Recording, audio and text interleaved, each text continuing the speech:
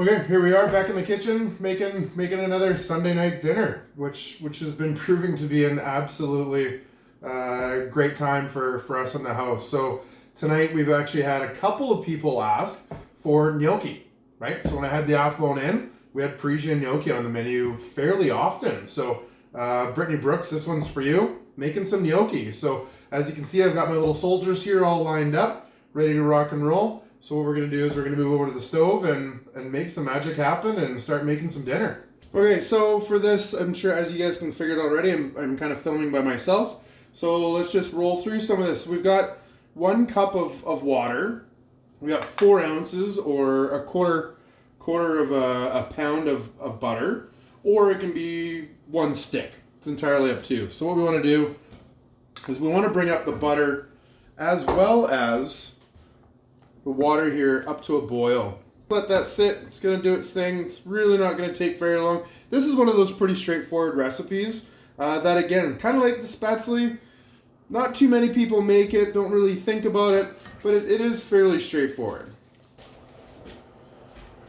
Okay, so now that we've got up to a full rolling boil, butter's melted, doing great.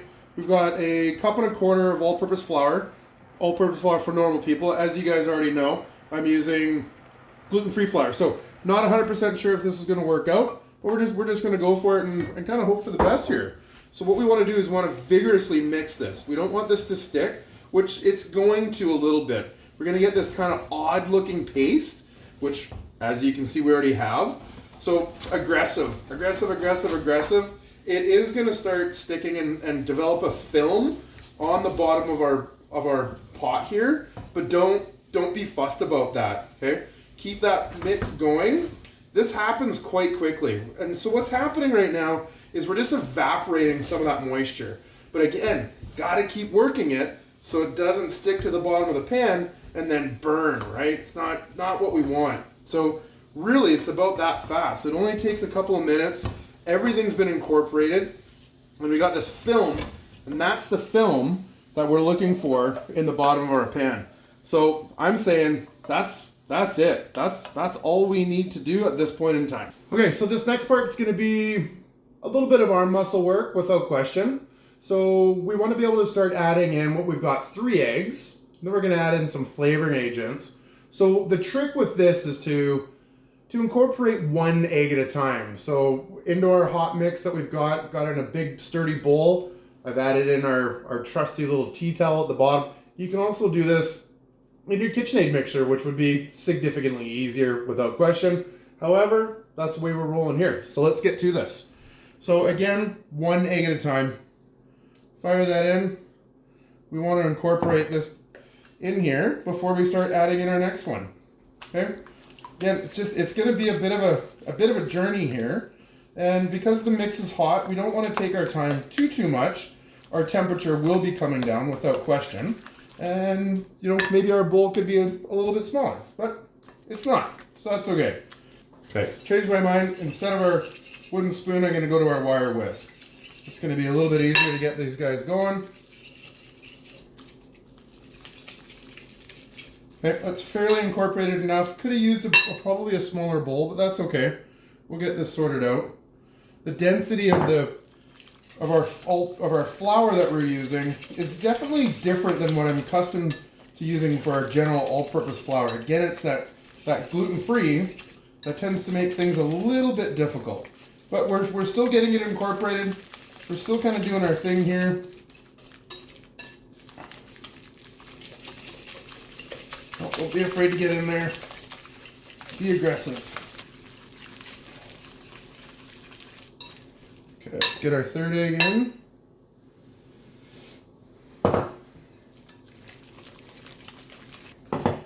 And now that we got everything fairly well incorporated, it's a little bit gluey, but that's going to be all right. Again, all the time. Season. Let's get some pepper in there. Nice coarse salt in there. Done some beautiful chopped fresh chives. Don't have to be worried about how much you're putting in. And we're going to hit this with about 4 teaspoons of Dijon mustard.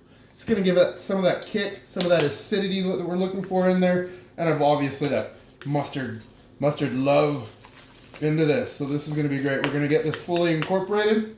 And I got a little trick to show you that you can do at home to be able to do this. So the next part of this be maybe a little bit tricky, but it's worth the effort. What we're going to get at the final of this is just going to be spectacular. Okay, as you saw, we're just getting all the flavoring agents into our mix. Next, big Ziploc bag. Right, this is now going to be our piping bag, which is going to be kind of cool. So what I always end up doing with these is I fold kind of the top quarter to a third back on itself, right? So it almost starts working as a piping bag. You don't get a whole bunch of junk on the outsides, getting dough and crap kind of everywhere. So we just want to scoop that up, fire it in. Okay, we got our piping bag all organized. It's already naturally going into a corner. So what we want to do with that corner, you can do it ahead of time if you want, but if that mix is too wet, it's just going to start flying right through. You're going to have a hell of a mess on your hands, which we don't want. So I'm going to cut just that little corner off. So now, got my piping bag. I'm ready to rock and roll. So next step is we're going to start blanching these. Okay, big pot of super vigorously boiling water. We got a pan on the side, slotted spoon. We got some olive oil in our pan already. So trusty little knife, paring knife, and we've got our mix here. So we want to be able to use this again as a piping bag. The trick is we want to squirt this out, and as it's coming out into small, I don't know, maybe ½ inch, maybe even less, you can pick and choose kind of how long you want these to be, and then we're going to cut them and drop them right into the water. So it has been a minute since I've made this, so we're just going to kind of wing it, hope for the best, and let's go for it. Another little trick, heat up your knife a little bit.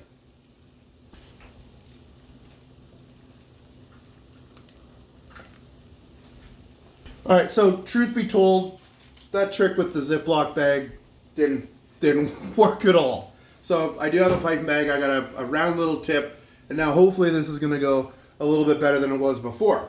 You see shit online, sometimes it works, sometimes it doesn't. Thought it'd be kind of cool to do it. I'll tell you right now, garbage.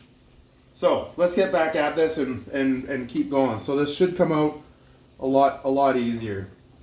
There we go. So that's better.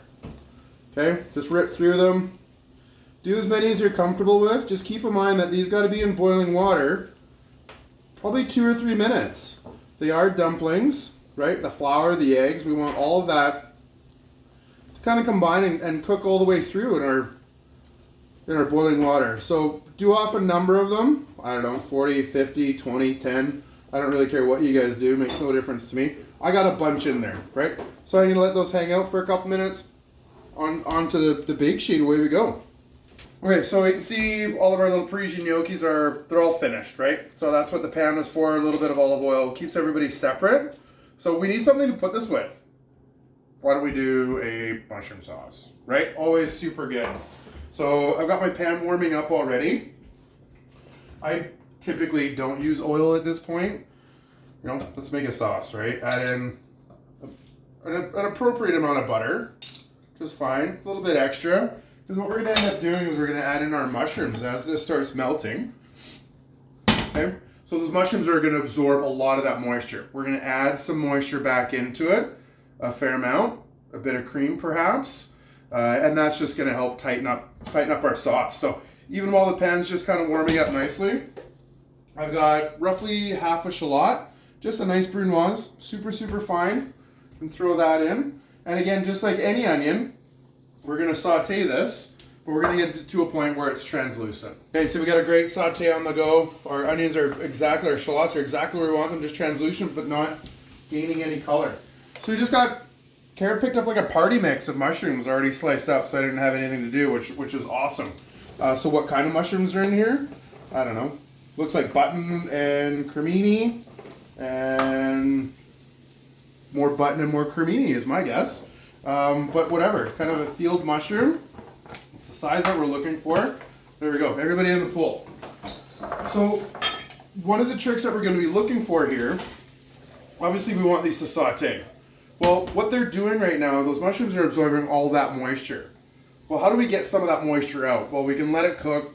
We can also add more butter, but really we're going to be adding a lot of butter. So that's where our trusty friend salt comes in. So salt, when it touches any food product, absorbs moisture, starts pulling that moisture out. So instead of pounding it with a whole bunch more fat, let's just hit it with some butter, with some salt. There we go.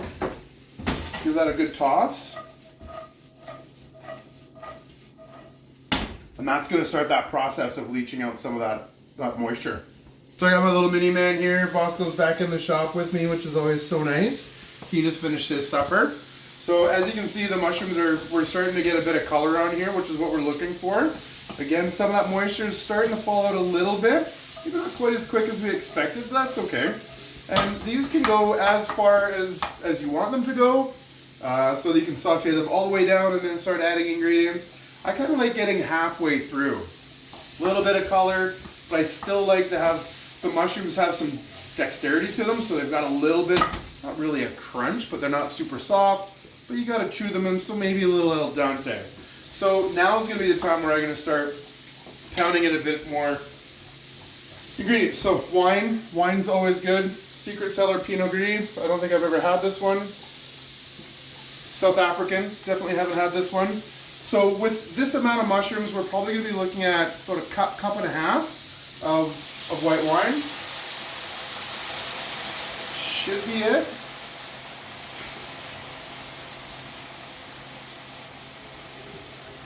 Just a little extra for good luck, right? So we're gonna let that reduce just literally a few seconds. Okay, see the mushrooms are starting to absorb a lot of that moisture. Good things are happening. Beauty. So next, I've got about 300 mils, so just over a cup of chicken stock. We're gonna fire that in. That's it.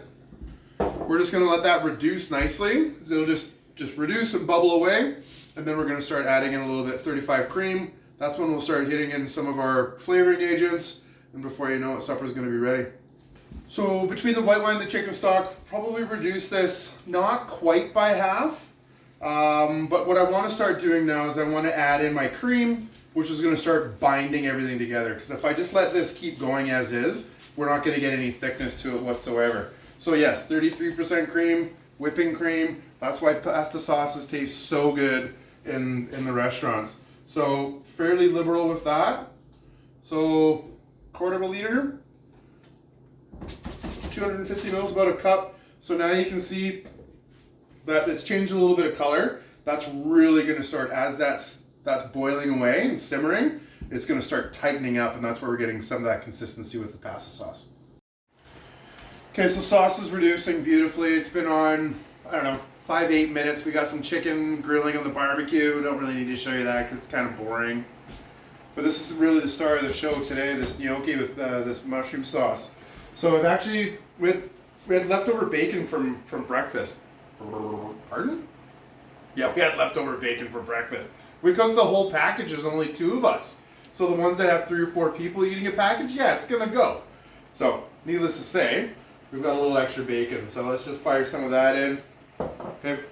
Now we've got our gnocchi. So our sauce isn't fully done yet. So it's gonna reduce a little bit more, but I want some of the absorption from the gnocchi to help me out a little bit. Because if we get straight to that sauce consistency, whether you're adding noodles, dumplings, gnocchi, whatever it might be, it's going to be way too reduced. Chances are it's going to split. So I'm going to take all of our little lovelies, jump them into the pool.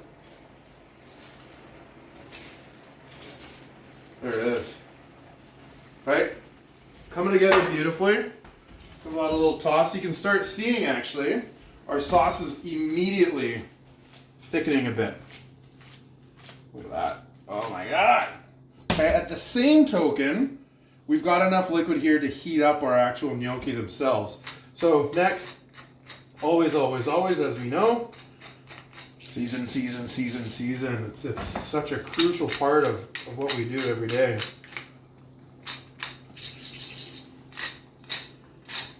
Almost out of salt. That's how much salt I used.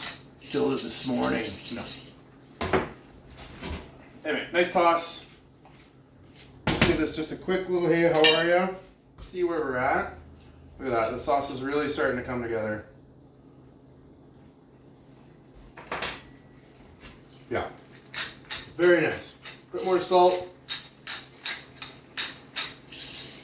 There we go. Next trick. Got a lovely rasp that we often use. Some nice Parmesan cheese. Let's get it in you.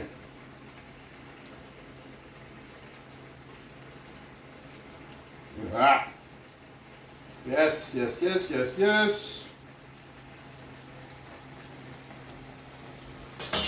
Keep in mind that Parm cheese is also going to be adding in a bit of salt.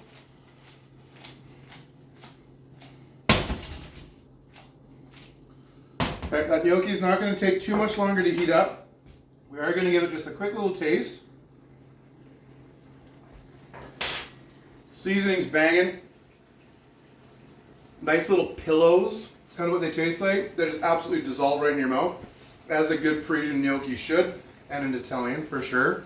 Maybe one of these days we'll actually make some potato gnocchi, which would be good. I got people in the background already nodding. That's it. This is finished. I'm just going to turn that right off. I've got some fresh chives, which we had chives already in the gnocchi, and I got some thyme, just really fresh. It's summery. It's actually technically spring, but we get some of those beautiful fresh herbs. They always go in at the end, and it's going to look like I've got a fair amount in there, which I do. But I love those flavors of the fresh chives and parsley. That's it. Mushroom sauce and gnocchi, right? Super good. We're going to get to plating here right away. Okay, this is it. Dinner's coming together. We're going to add just some of our gnocchi to the plate here. We got just some really nice grilled chicken, just a little bit of oil and salt and pepper. Really not much more than that because we've got some super heavy cream sauce going on here, and we can add to that. Probably some of you are going to start asking, hey, where the hell did that caprese salad come from? Right? Well, you saw a couple of pictures already. But this is what Kara put together as her contribution for dinner tonight. Beautiful caprese salad, right? So why don't we just have a quick taster here. I already know this gnocchi is going to be dope. Oh yeah.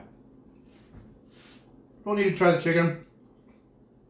Let's give Kara's little salad here a try. Beautiful fresh basil. Some nice beautiful fine ripened tomatoes. Lots of cheese, baby. That's it. Dinner's served. We're out of here. Love you. Stay safe.